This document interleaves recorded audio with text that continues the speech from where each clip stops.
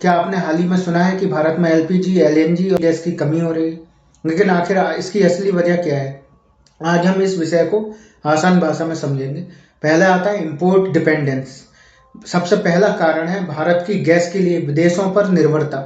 भारत अपनी जरूरत की एलपीजी का लगभग 60% और नेचुरल गैस का लगभग 50% अधिक हिस्सा विदेशों से आयात करता है। इसका मतलब है कि अगर अंतर्राष्ट्रीय बाजार में सप्लाई कम हो जाए तो इसका असर भारत पर भी पड़ता है। दूसरा आता है मिडिल ईस्ट सप्लाई। भारत को गैस मुख्य रूप से मध्य पूर्व के देशों से मिलती है, जैसे कतर, सऊदी अरबिया, ईरान। अगर इन क्षेत्रों में युद्ध, राजनीतिक तनाव और उत्पादन की कमी आती है तो गैस की सप्लाई प्रभावित हो सकती है।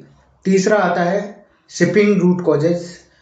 गैस को भारत तक पहुंचाने के लिए समुद्री जहाजों का उपयोग किया जाता है। इन जहाजों को एक महत्वपूर्ण समुद्री रास्ते से गुजरना पड़ता है, जिसे स्ट्रेट ऑफ हॉर्मुज कहा जाता है।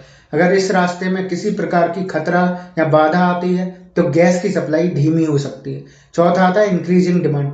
भारत में गैस की मांग भी तेजी से बढ़ रही है। घरों में एलपीजी का उपयोग बढ़ रहा है, वाहनों में सीएनजी का इस्तेमाल बढ़ रहा है और उद्योगों में एलएनजी की मांग लगातार बढ़ रही है।